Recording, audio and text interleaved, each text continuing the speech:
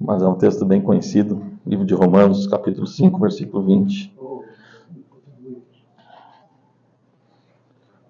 Fala assim a palavra de Deus: sobreveio a lei para que avultasse a ofensa, mas onde abundou o pecado, superabundou a graça de Deus. Aleluia. Amém. Pode sentar, querido.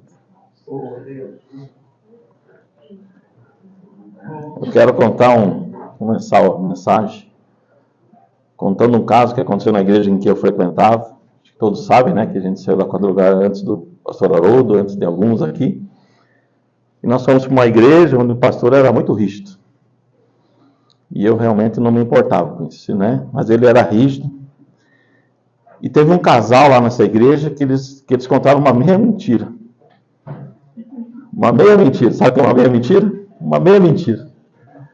Né? Mas a meia mentira deles não prejudicou a igreja, não prejudicou nós pastores, que éramos lá na época, né? Só que o pastor chegou para aquele casal e tirou eles da igreja. Olha, eu não quero mais vocês aqui. Aí eu fico perguntando para vocês, será que esse pastor foi muito rígido? Fale para mim, esse pastor foi rígido ou não foi, pastor? Uma meia mentira que não prejudicou a igreja, não prejudicou os pastores, não, né? O nome da igreja, eles só contaram uma meia mentira. E aquele pastor, né, chegou para eles, ó, está à vista. Falando assim, desse jeito, você pode ter a mesma opinião quando ouvir essa história. Não, esse pastor foi rígido, muito rígido. Mas se você abrir lá em Atos 5, do 1 a 11, você vai ver a história de Ananias e Safira. Eles venderam um terreno, pegaram metade do dinheiro para eles e levaram aos pés dos apóstolos. E o apóstolo Pedro pergunta: todo o dinheiro que você vendeu o terreno está aqui? Né? E Ananias falou: está aqui. Ou seja, uma meia mentira. Porque a metade do valor do terreno ele guardou em comunhão com a esposa dele e a outra metade ele ofertou para a igreja. E o que aconteceu? Ele acabou morrendo. 3 horas depois aparece quem? A mulher do cara. Olha, vocês deram a oferta integral para a igreja? Não, nós demos. Então tá ali os homens que enterraram teu marido e eles vão te levar também. E aconteceu do quê? A mulher também morrer. Se você quiser conferir em casa, Atos capítulo 5, do versículo 1 ao versículo 11. Aí você pode perguntar: poxa, mas nós estamos no tempo da graça. Acabamos de ler, né? Onde abundou o pecado, superabundou a graça. E só que a graça que nós aprendemos em alguns lugares, ela não é a verdadeira graça bíblica, né? E quando nós se deparamos com essa história de Ananias e Safira, que eles já estavam no tempo da graça, eu fico perguntando: é mais fácil eu ter vivido no tempo da lei, como Paulo fala aqui em Romanos, ou no tempo da graça? No tempo da lei, se você conhece os 10 mandamentos, lá em Êxodo ou Deuteronômio, vai estar escrito assim, em Deuteronômio 5,17, não matarás.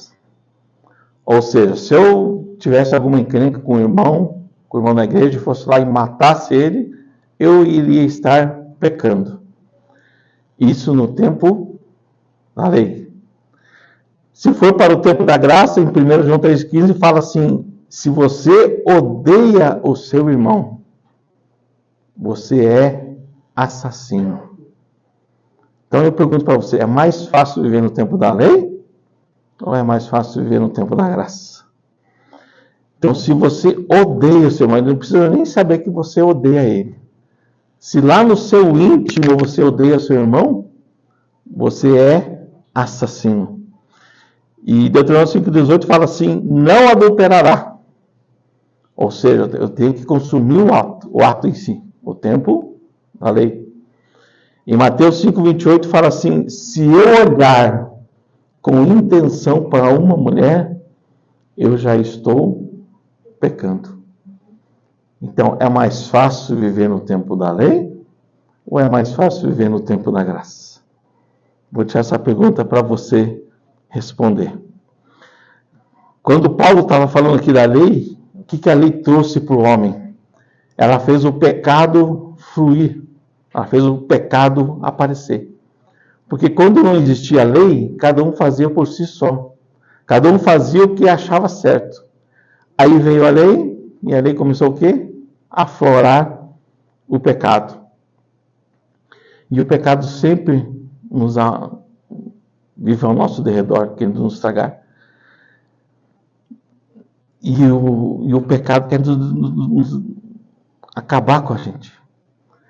E daí veio Jesus e veio a época da graça. E se tem um cara que me chama a atenção na palavra de Deus, é o tal do Jó. Se você começa a estudar o livro de Jó, não só o começo e o final, mas todo o processo do livro de Jó, onde ele fala da sabedoria, ele fala da besta que sobe do mar, a besta que sobe da terra. E tem um versículo que me chama a atenção, que é Jó 31:1. Se você abrir lá, ele fala assim: olha, eu fiz uma aliança com os meus olhos de não olhar para uma mulher virgem. E se você continuar lendo o capítulo 31 de Jó, quando ele é acusado por seus amigos, no 31:9-10 fala assim: se o meu coração se deixou seduzir por uma mulher, ele fala assim, vou repetir: se o meu coração se deixou seduzir por uma mulher, se fiquei rondando a porta do meu próximo, então que a minha mulher moa os olhares para outro homem, ou seja, ele queria que a mulher dele trabalhasse para outros homens, e que outros homens se deitem com ela. Aí uma vez eu fui no congresso de homens, eu falei assim: quem tem coragem de fazer essa oração? De Jó. Quem tem essa coragem de fazer: Senhor, eu fiz uma aliança com os meus olhos. Se eu olhei para uma mulher, que o outro homem se deite com a minha mulher. E é bom a gente fazer o inverso também, né? E só para os homens fica ruim, né? E você, mulher? Será que você nunca olhou para um homem desejando ele? Né? Será que nós teríamos a coragem de fazer essa oração de Jó? Né? Se eu olhei e analisando que tipo de cristãos nós somos no tempo da graça. À primeira vista, parece que a graça é muito mais fácil do que adorar a Deus. Mas o problema é que a gente vem sendo ensinado sobre a graça de uma maneira errada. Então, e isso que tipo de cristãos tem nos levado a ser?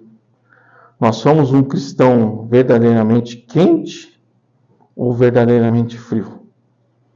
E eu vou falar para você que se você é um cristão morno, você vai ter o privilégio de ser vomitado da boca de Deus. E se você acha que eu estou brincando, você lê Apocalipse 3, do 15 ao 16.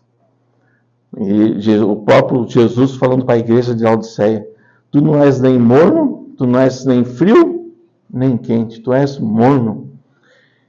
Ou seja, quando a graça de Deus veio, quando a gente recebe a Jesus como nosso único e suficiente Salvador, não há uma transformação na nossa vida. Tem que haver uma transformação. Nós acabamos de cantar aqui que o Senhor é Rei, que a sua graça é merecedora, que nós te adoramos, mas realmente nós estamos adorando ao Senhor como Ele deve ser adorado? Nós temos essa transformação na nossa vida? Ou será que nós pensamos em outras coisas? Ou será que nós estamos mais ligados no mundo do que em Deus? Eu fico muito triste quando eu não consigo vir na igreja. Não porque eu sou pastor, porque eu tenho uma responsabilidade. Eu nem salário ganho, né, pastor? Nem salário nós ganhamos. Mas a gente vem por amor a Deus. Eu tenho 6 dias durante a semana para fazer o que eu quiser. 5 dias para mim trabalhar, 1 dia para mim descansar e algumas horas para adorar a Deus. E quando nós somos transformados, nós vamos para um culto, seja ele independente de quem esteja pregando, nós vamos lá para adorar a Deus, para dar graças, para louvor e de vez em quando para pedir.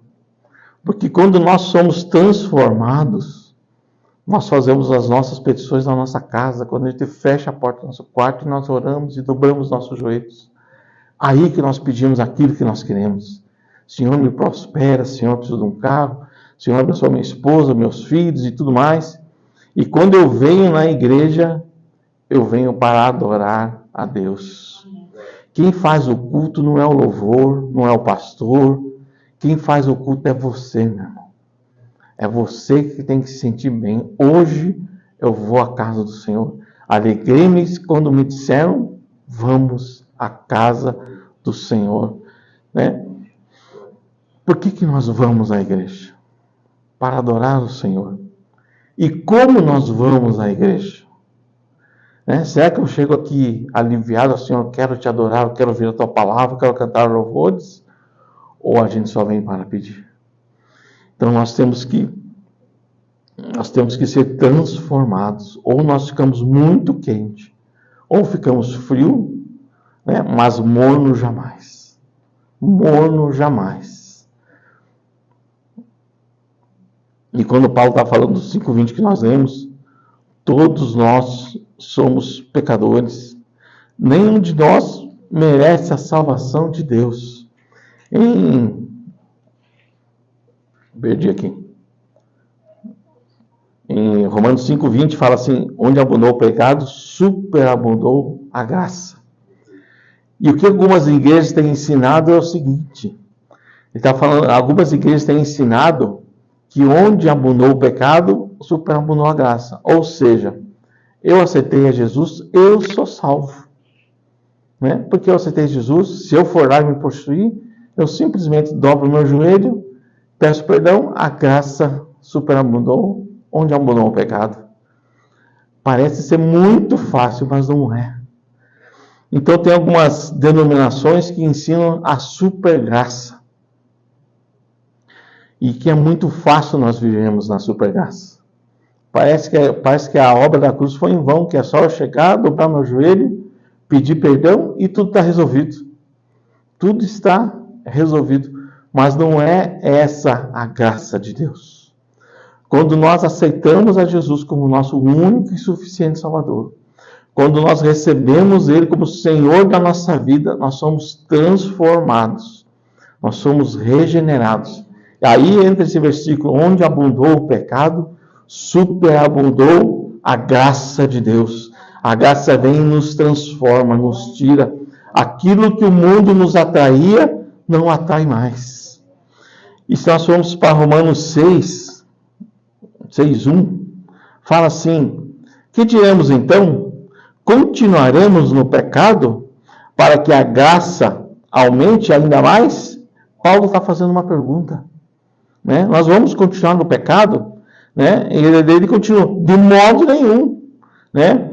Como vivemos ainda no pecado nosso, que já morremos para ele? Ou será que vocês ignoram? E vocês ignoram que todos nós fomos batizados em Cristo Jesus, fomos batizados na sua morte? Paulo só perguntando. Fomos sepultados com ele, fomos sepultados com ele na morte pelo batismo, para que Cristo foi ressuscitado dentre os mortos, pela glória do Pai, assim também nós andemos em novidade de vida. Em novidade de vida, ou seja, nós temos que ser transformados.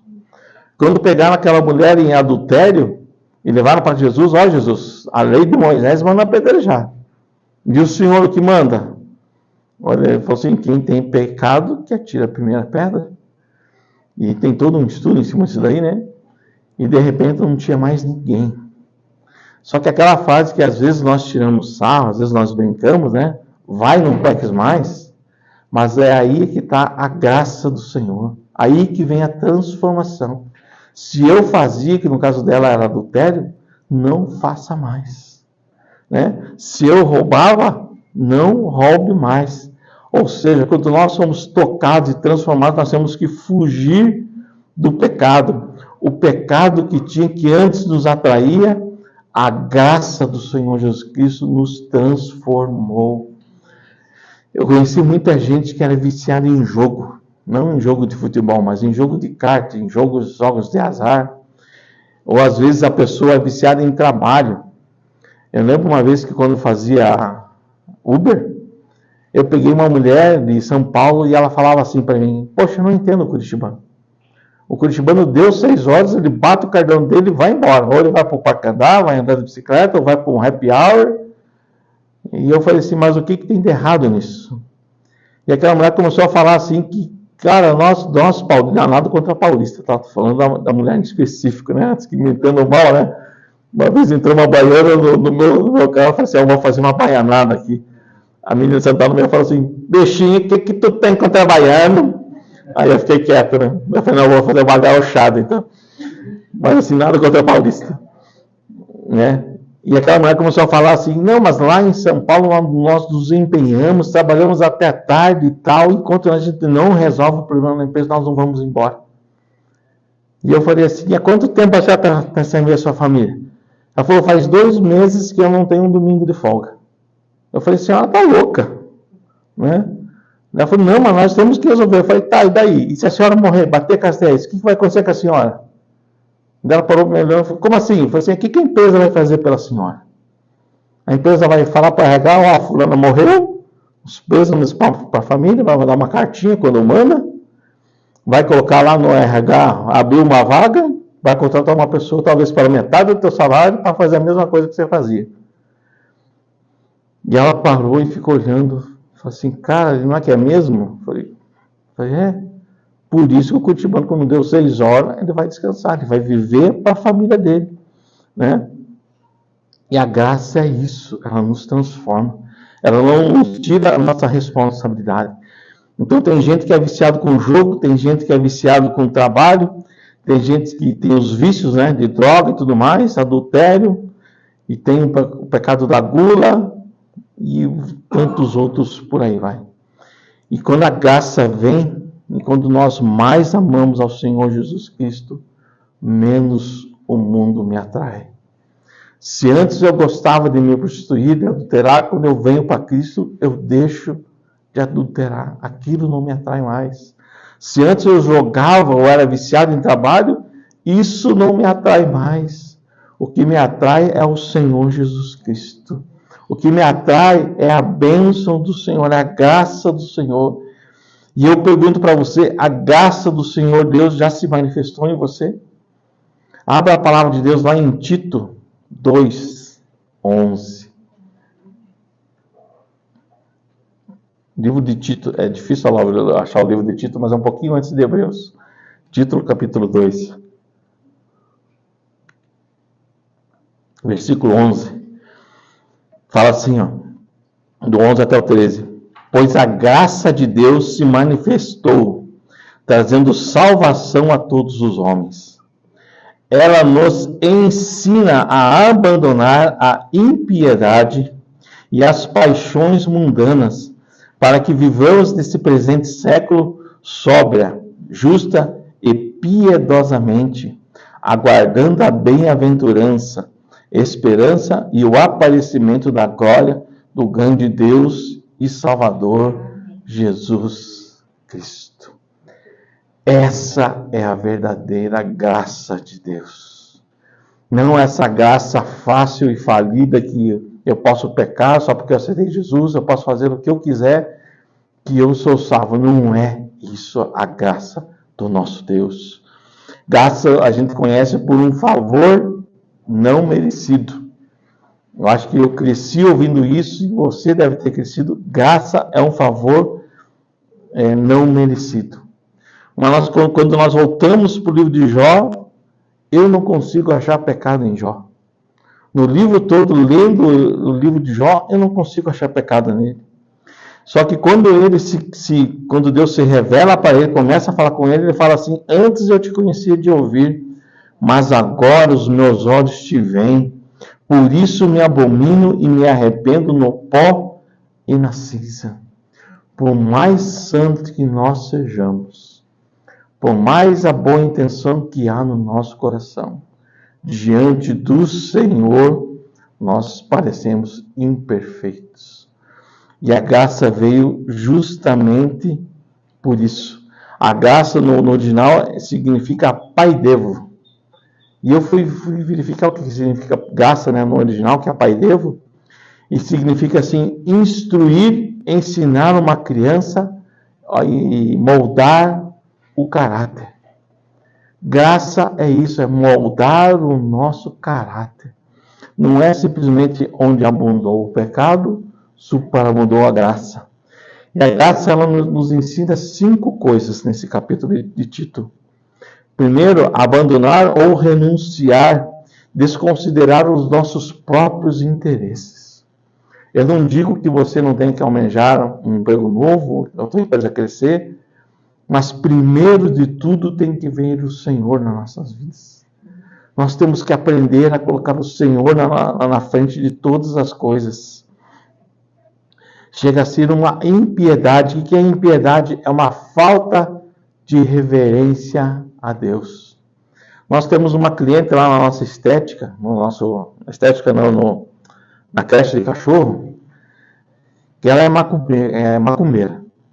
E ela fala assim, declaradamente, que ela bate tambor e não sei o que, e tal. E um dia o cachorro dela teve que ficar conosco e nós tínhamos que mandar uma mensagem para ela.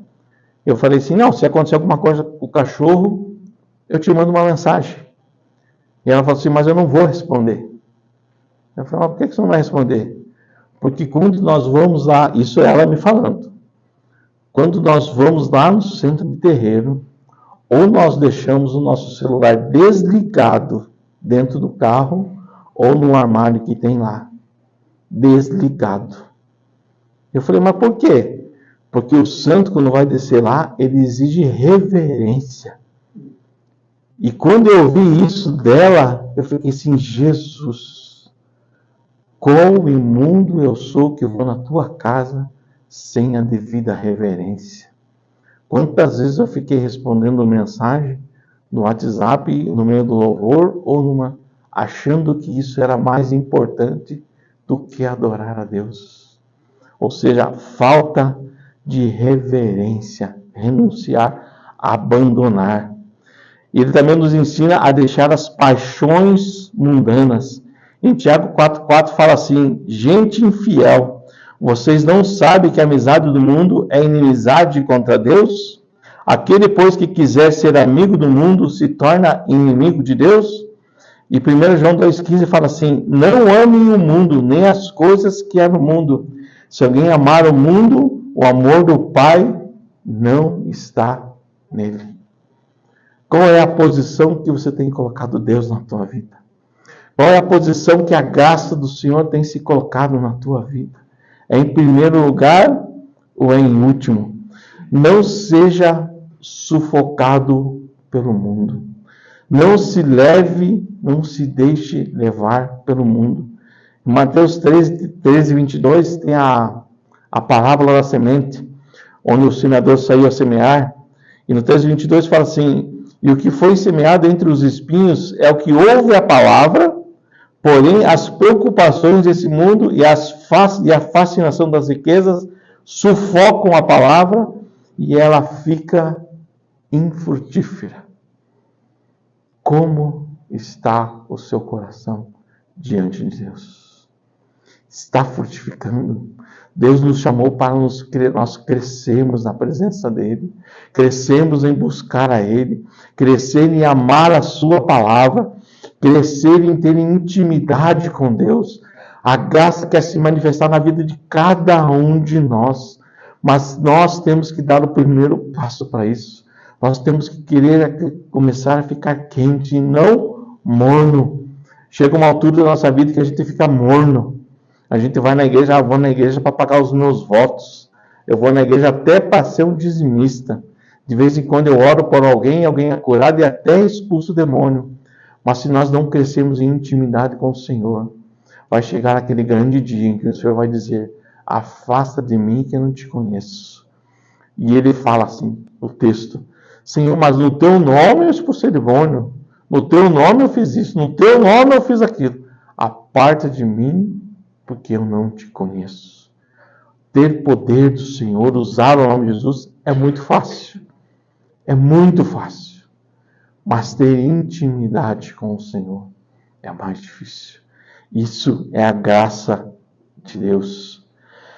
E a terceira coisa que a graça nos ensina é viver de maneira sensata. O mundo manda nós reter, mas o sensato segue a palavra e dá. E dar-se-vos-á. Lucas 6,38.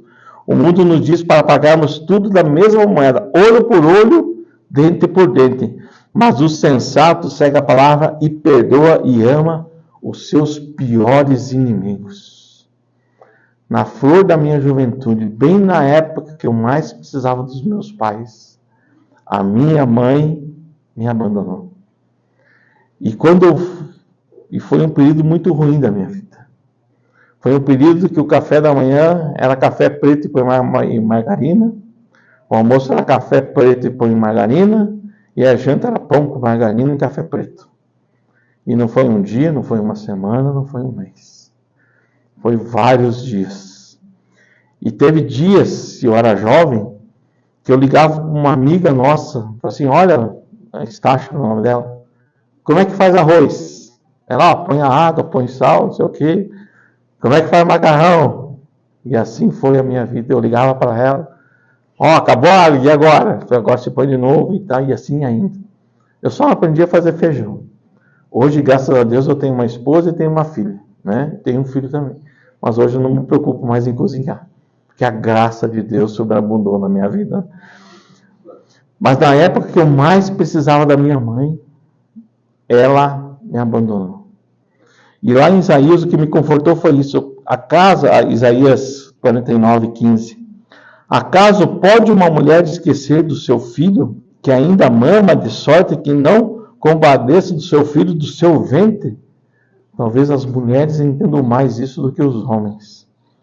Mas ainda que esta viesse a se esquecer dele, eu, todavia, não me esquecerei de ti. O Senhor nunca me abandonou. Não foram dias fáceis, foram dias difíceis. Mas o Senhor sempre esteve comigo todos os dias. Não me deixou eu cair. E quando eu pequei, a graça dele veio e me resgatou. Me trouxe para perto dele e fala assim, meu filho, eu te amo. Isaías 43 também foi quando Deus falou comigo. Fala assim, mas agora diz o Senhor que te criou a Jacó, que te formou Israel. Não temas, porque eu te remi, chamei-te pelo teu nome, tu és meu. Quando passares pelas águas, eu serei contigo. Quando passares pelos rios, eles não te submergirão. Quando passares pelo fogo, ele não te queimarás, nem a chama arderá em ti. Porque eu sou o Senhor, o teu Deus, o Santo de Israel, o teu Salvador. Dei o Egito por teu resgate, a Etiópia e serve por ti, porque eu te amo. Porque eu te amo. Essa é a graça do nosso Senhor Jesus Cristo.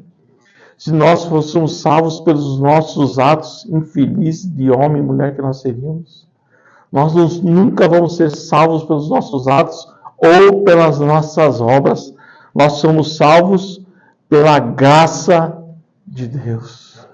A outra coisa que a graça ensina é viver de maneira justa.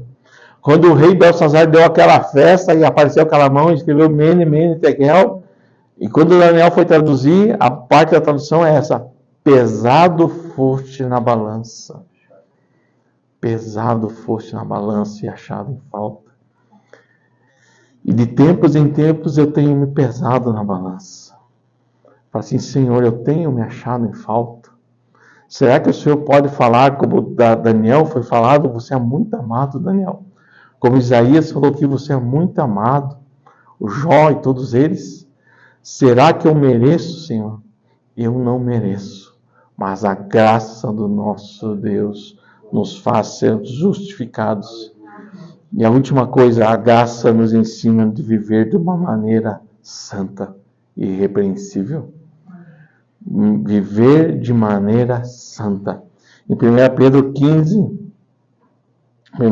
1,15, fala assim, mas como é santo aquele que vos chamou, sede vós também santos em toda a vossa maneira de viver, porque está escrito: sede santos, porque eu sou santo.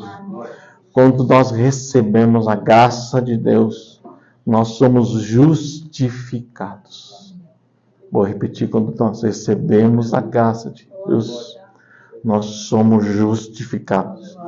As pessoas têm que olhar para nós e falar assim: lá vai uma mulher justa, lá vai um homem justo, porque a graça de Deus abundou na minha vida. A graça de Deus me ensinou todas essas coisas, de viver de maneira justa, viver de maneira sensata, me ensinou a fugir das paixões mundanas, a renunciar o pecado e amar a Deus sobre todas as coisas. A graça, Tito 3,7 fala assim: a fim de que, justificados por graça, nos tornemos herdeiros, segundo a esperança da vida eterna. Quando nós experimentamos a graça de Deus, nós temos a capacidade de olhar para o nosso pior inimigo e perdoá-lo. Olhar para o nosso pior inimigo e perdoá-lo. Isso é a graça de Deus. E Romanos 3,24 fala assim: sendo justificados gratuitamente por sua graça, mediante a redenção que há em Cristo Jesus, a quem Deus apresentou como propiciação do seu sangue, mediante a fé. Deus fez isso para manifestar a sua justiça, por ter ele, na sua tolerância, deixado impunes os pecados anteriormente cometidos. Ou seja, tudo foi perdoado, tendo em vista a manifestação da sua justiça no tempo presente, hoje, a fim de que o próprio Deus seja justo e o justificador daquele que tem a fé em Jesus Cristo. Essa é a verdadeira graça de Deus. Não essa graça falsificada que eu posso pecar, eu posso fazer tudo, mas Deus me ama do jeito que eu sou, do jeito que... Não. A graça é uma graça transformadora. Ela nos transforma. As pessoas têm que olhar para nós e falar assim: o que tem dentro de você? O que tem dentro de você que tem alguma coisa diferente que me atrai? É a graça do nosso Senhor Jesus Cristo. É a graça que nos transforma, nos redime. É a graça transformadora de Jesus Cristo. Fique de pé, meu irmão.